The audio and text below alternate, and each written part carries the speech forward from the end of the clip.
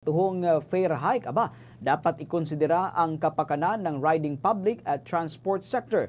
Ito na nga ang pisong fare hike, dito tutulan ng mga lawyers commuters group. Alamin natin ang buong detalye, tinutukoy niya ng Star FM Cebu.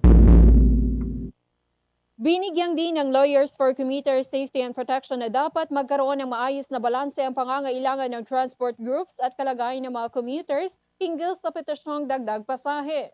Sa eksklusibong panayam ng Star FM Cebu kay Attorney Albert Sadile, spokesperson ng Lawyers for Commuter Safety and Protection, sinabi nitong naintindihan nila ang mga dahilan ng mga transport groups sa hinihinging fare hike, lalo na't sa mga nakaraang linggo, tumaas ang presyo ng petrolyo sa pandaigdigang merkado. Gayunpaman, sinabi pa ni Attorney Sadile na sa kabila ng pangyayaring ito at para na rin sa kapakanan ng mga commuters, ay sana'y hindi masyadong mataas ang ipataw na fare hike.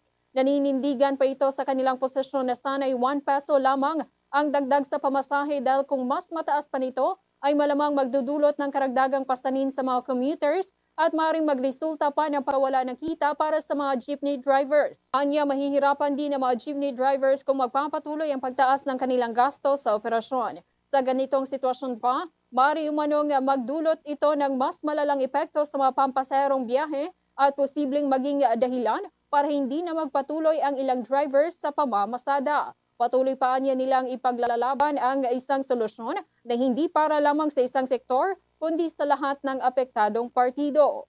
Pero sa amin po, sa aming position, of course, for the welfare of our commuter, sana naman ay hindi masyadong mataas ang ipapataw na fare hike, which is sa amin, ang proposal na namin, na sana 1 peso lang na dagdag ng pamasahe.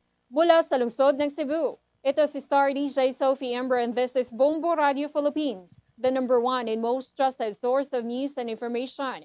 Basta Radio, Bombo! For the most trusted source of news and information, visit our website at www.bomboradio.com. Follow us on Bombo Radio mobile app, Facebook, YouTube, TikTok, and X, formerly Twitter.